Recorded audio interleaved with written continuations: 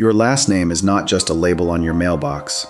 If your surname is Amish, it is a direct genetic thread to one person, a Swiss or Alsatian immigrant who stepped off a ship in Philadelphia between 1737 and 1770. Every Amish surname traces back to a documented founding ancestor. If your name is Stoltzfus, you descend from Nicholas Stoltzfus, who arrived in 1766. If your name is Yoder, you descend from one of 3 Yoder brothers who crossed the Atlantic in the 1740s. The Amish practice endogamy, marriage within the community, which means your bloodline has remained unbroken for 250 years. Today, we are decoding 10 Amish surnames, from number 10 down to number 1, the surname carried by more Amish descendants than any other. Each surname connects you to a specific founding family and, in most cases, to one documented individual who crossed the ocean in the 1700s. These are genetic markers.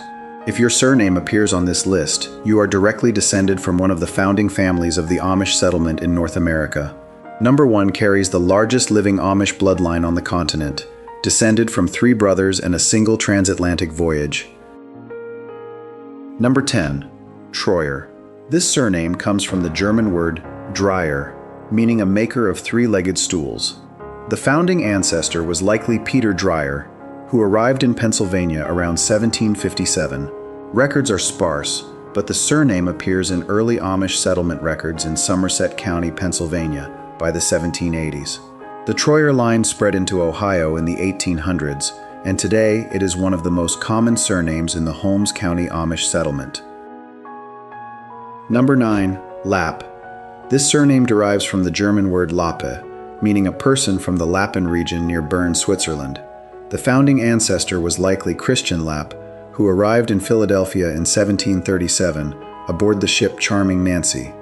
Christian settled in Lancaster County, and his descendants multiplied rapidly. By the early 1800s, the Lapp surname was well established in Pennsylvania and had begun migrating west into Ohio and Indiana. Genealogists have traced every living Lapp back to that single 1737 arrival. Number 8. Fischer. This surname is a translation of the German Fischer. The founding ancestor was Christian Fischer, who arrived in Pennsylvania in 1749 from the Palatinate region of Germany, making it one of the few Amish surnames with a German rather than Swiss origin. He settled in Berks County, and his descendants moved into Lancaster and later into the Midwest. Number 7. Byler. This surname comes from the German Bühler, meaning someone who lived near a hill. The founding ancestor was Christian Bühler, who arrived in Pennsylvania in 1737. Christian Bühler settled in Lancaster County, and over time the surname evolved into Byler. The Byler line is particularly concentrated in the Lancaster Amish settlement, and genetic studies confirm that nearly all living Bylers trace back to this single founding ancestor. Number 6. Zug. This surname likely derives from the German word Zug, meaning a procession. The founding ancestor was likely Joachim Zug, who arrived in Pennsylvania around 1750. The surname appears in early Amish church records in Lancaster County by the 1760s. What makes the Zug line unusual is its rapid proliferation. Within 3 generations, the surname had spread across Pennsylvania and into Ohio, and today it is one of the most common Amish surnames in North America. Number 5. King. This surname is an anglicized version of the German surname König, meaning king. The founding ancestor was likely Hans König, who arrived in Pennsylvania in the 1740s. Over time, the surname was translated into English. This is one of the few Amish surnames that underwent full anglicization, reflecting pressure early settlers faced to assimilate linguistically. What is striking is how a surname meaning king survived in a community that rejects hierarchy and worldly titles. Number 4. Miller. This is the most common occupational surname in the German-speaking world, meaning a miller.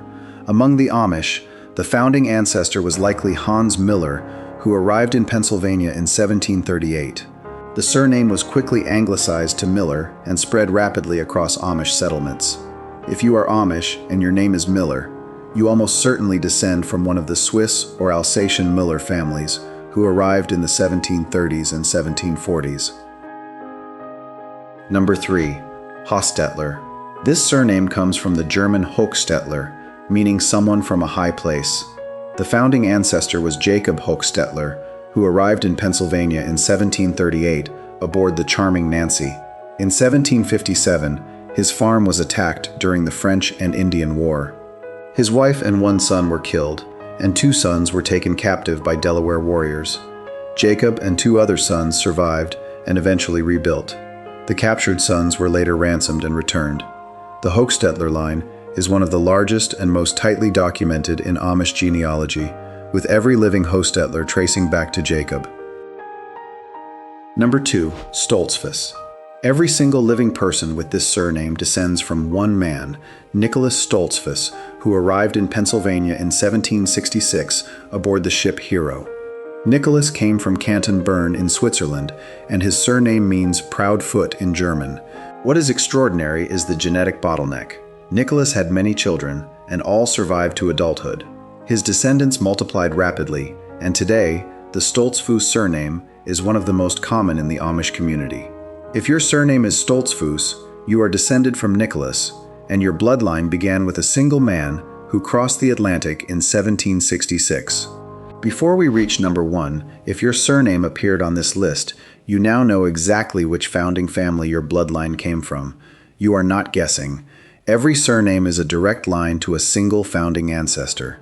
Now, number 1, the surname that carries the largest living Amish bloodline in North America, appearing more often in Amish settlements than any other. Number 1, Yoder. This is the most common Amish surname in North America, descended from 3 brothers, Hans Yoder, Christian Yoder, and Jacob Yoder, who arrived in Pennsylvania between 1742 and 1744. The surname comes from the German Yoder, a variant of Theodore, meaning gift of God. The 3 brothers came from the Emmental region of Canton Bern in Switzerland and settled in Lancaster County. By the early 1800s, the Yoder surname had spread across Pennsylvania, into Ohio, Indiana, and eventually into every major Amish settlement in North America. Genetic studies confirm that nearly all living Yoders trace back to Hans, Christian, or Jacob. There are tens of thousands of living Yoders, all sharing a common ancestor who crossed the Atlantic in the 1740s. Your surname is not an accident.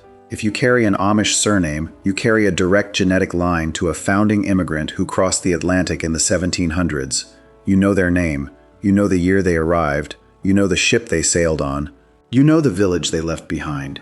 If your surname appeared on this list, you now know which founding family your blood came from. This is your bloodline, this is your history, and it all began with one person, one voyage, and one decision to cross the ocean and start again.